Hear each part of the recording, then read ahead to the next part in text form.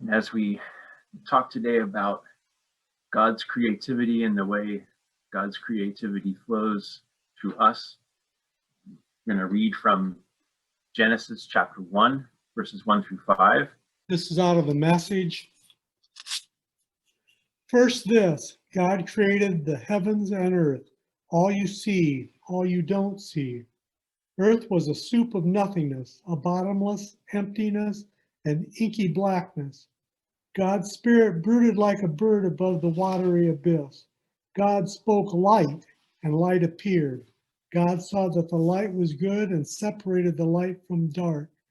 God named the light day, and he named the dark night. It was evening, it was morning, day one.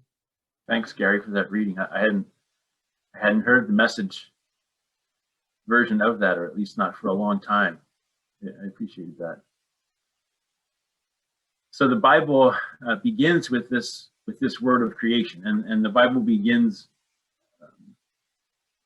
really with two creation stories, one in Genesis chapter 1 and the next in Genesis chapter 2. And these stories both are just full of wild and fun images. You have a wind that swirls over the darkness, the inky blackness, I think the Message said, this endless ocean, and the wind becomes a whisper, and it says light, and suddenly there is light. And in Genesis chapter 2, we have an artist elbow deep in mud and working with a hunk of clay and blowing onto it to make an earth creature, a human. Mm-hmm. And then a long line of freshly minted animals line up one by one. They step up to the human to get their name. These images of the beginning of God's creativity get us chewing on this mystery that we actually come from God, that we are a product of God's creative outburst of love. Our life is a gift that flows over from the fullness of God. So we can say that God's creativity and God's blessing, this original blessing, is the beginning of everything. And in every new beginning, our creativity in God's image is needed and may be a blessing, a sign of healing and hope to us and to the world. These stories give us a picture of how the world began with this generous gift of beauty, God's work of light, something new to fill the murky darkness. And man, do we ever need a new beginning in this country right now and in our world, a new beginning, some creative outbursts of beauty and kindness and empathy and cold, hard truth.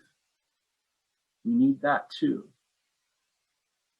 The creation story inspires me to believe that when we express our creativity, we can somehow contribute to the new beginning. We can contribute and experience hope and healing. This week I've been reading two books about creativity. Little, cute little books.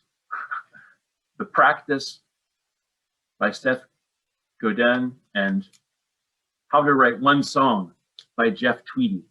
There's a picture of Jeff Tweedy in his cowboy hat at the bottom there. These are both very different guys. Jeff Tweedy is basically a rock star, singer, songwriter, known best as the founder of the band Wilco. And Seth Godin is an entrepreneur and sort of a marketing and work-life guru. But they both reflect in these books about how our creative work basically is a blessing to us and to the world. I don't think either of them use the word blessing.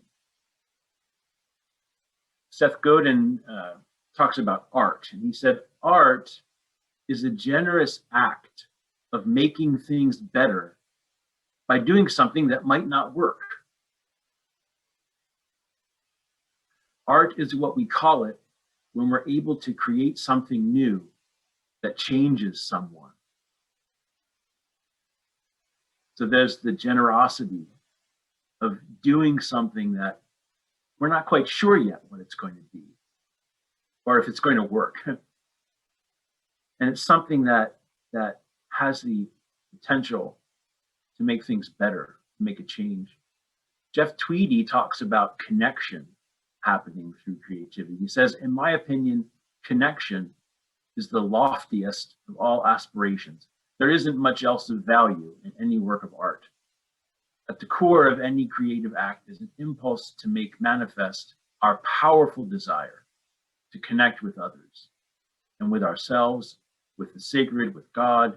We all want to feel less alone. And I believe, he says, that a song being sung is one of the clearest views we ever have to witness how humans reach out for warmth with our art. The back of the cover of his book says, loving the things we create and how they love us back. Maybe he should write a foreword for the book of Genesis. I think he's got it. Because it seems like God was reaching out for connection in creation.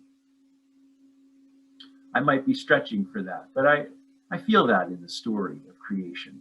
God reaching out for connection. And I know that we certainly need as many ways to help us connect with each other and with God as we can get. What about all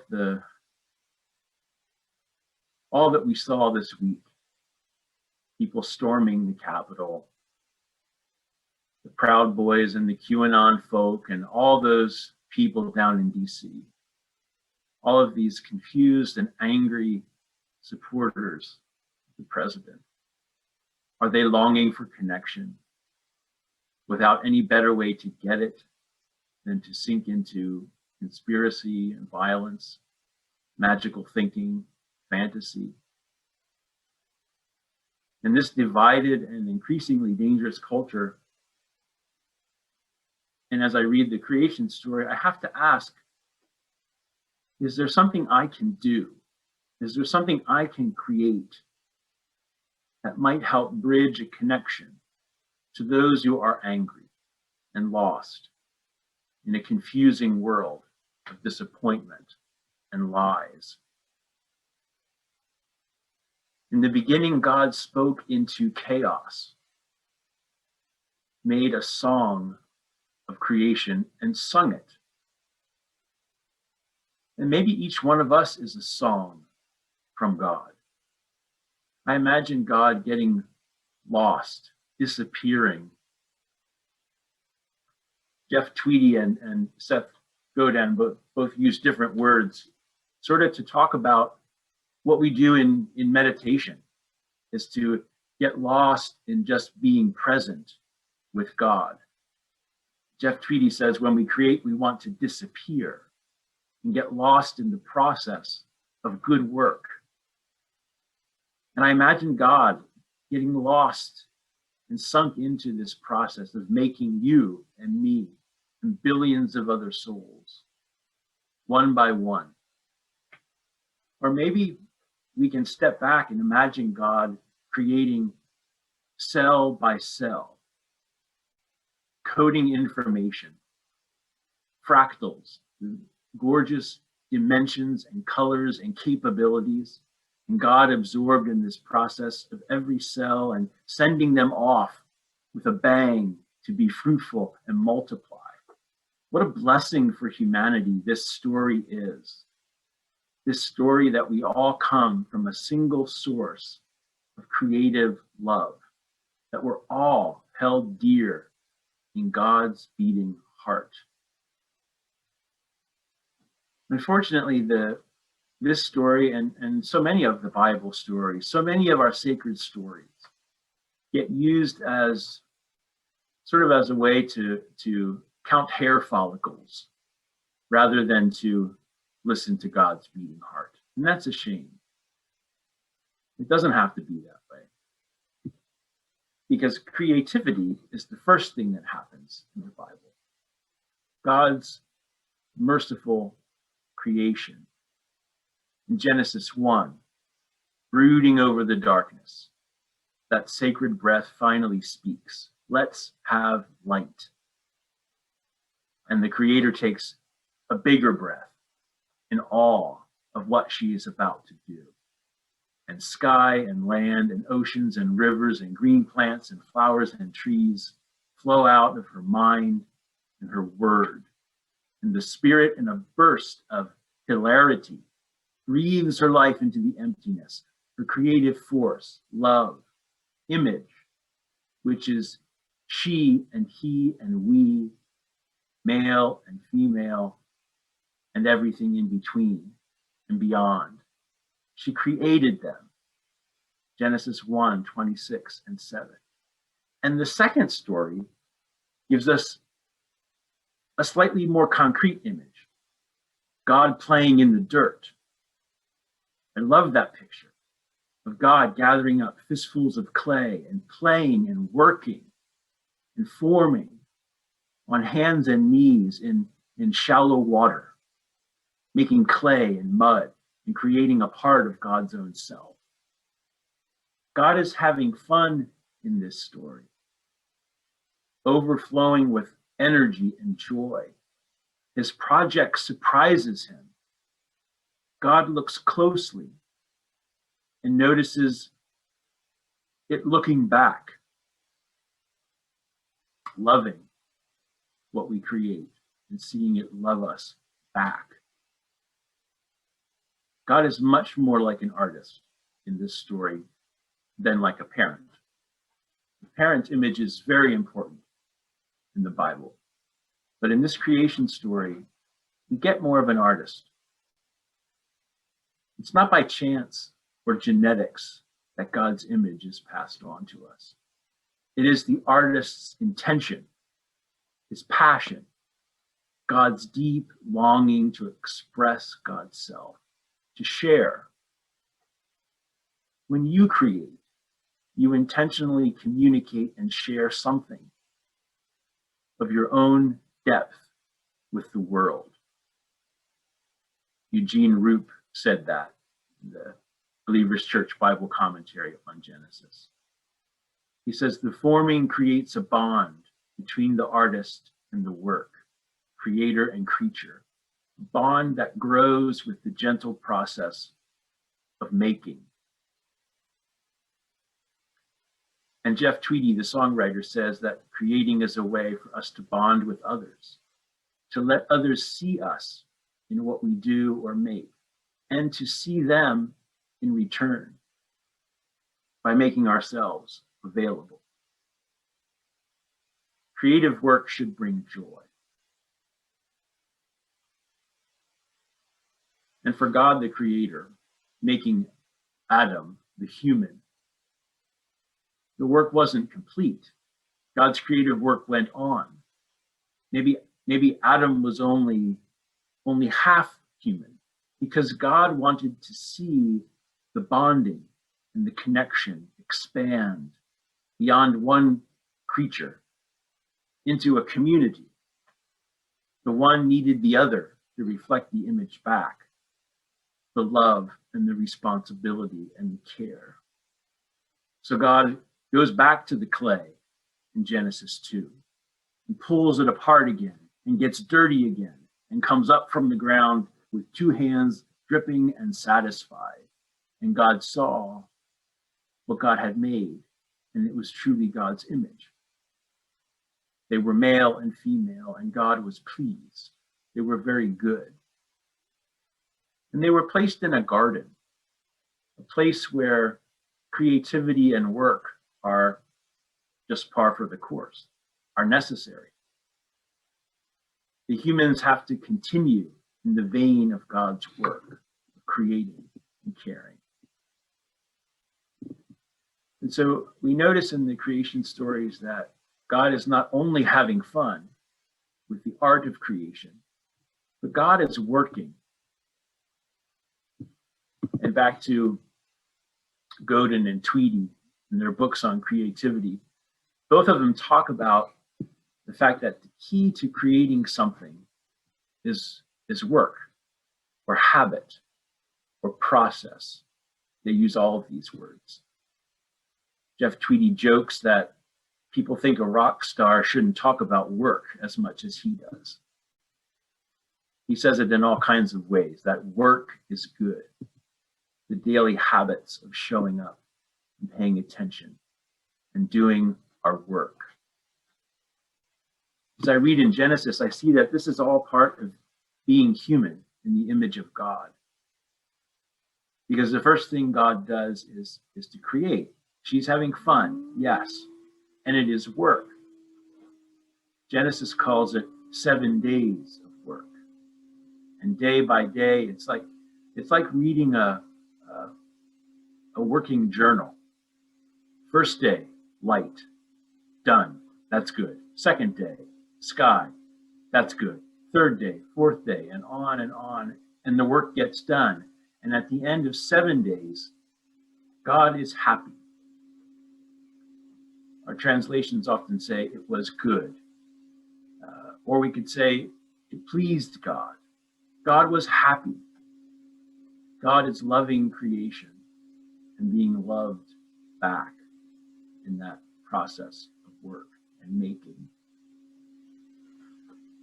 After the work of making humans was done, Adam said, "This is now flesh of my flesh and bone of my bones." The image of God is an image of community and connection, a new creation, one with fuller dimension and depth. And our world and our country certainly needs a new creation, a new community, people willing to connect across our intense differences. And I don't think that means becoming friends in some sentimental way.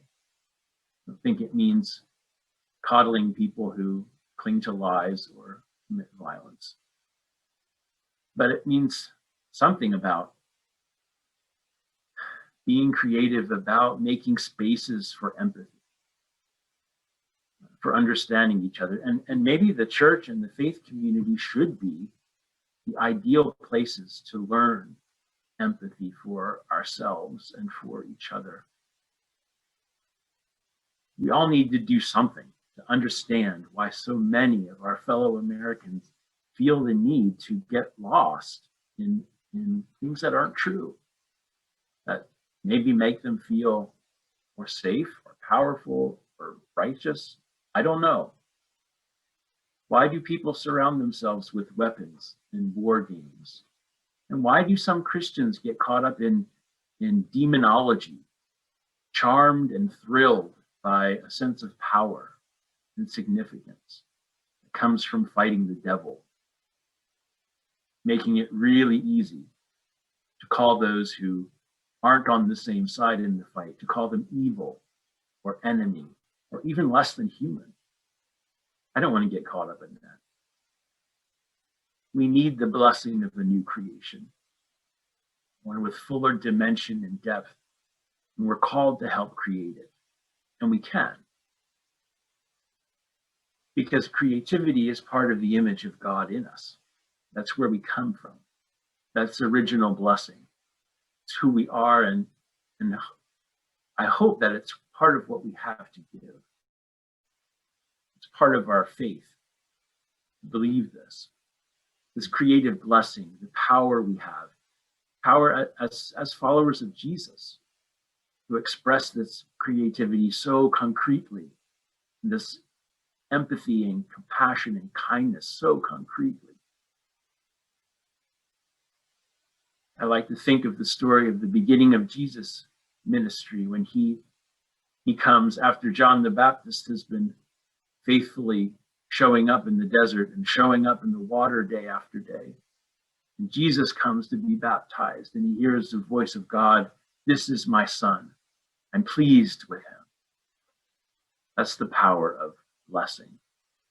A new beginning rooted in the goodness of God. The creative love and kindness expressed. with all this beauty and power in the life and death of Jesus and the rising of Christ. And maybe the body of Christ is the ideal expression of God's love and creativity for all humanity. How can we use creativity to bless each other and the world? It's a question for all of us. Not everybody makes art or makes songs, and that's not what this is about. But how are we called to show up and do the work we have, to bring what God has given us that we might offer as a blessing to the world? The Ocean City Church of the Brethren is being called into a new beginning. It's a new year. It's a pastoral transition process. So it makes sense to ask, what creative work or works will you do as you connect with yourselves and with each other and with our community? And how will we communicate beauty and truth and kindness and empathy? How will we help each other embrace and learn those things? The Spirit of Christ in us. Let us give thanks, because God's creativity and blessing is within us and among us and overflowing through us. We pray. Thanks be to God.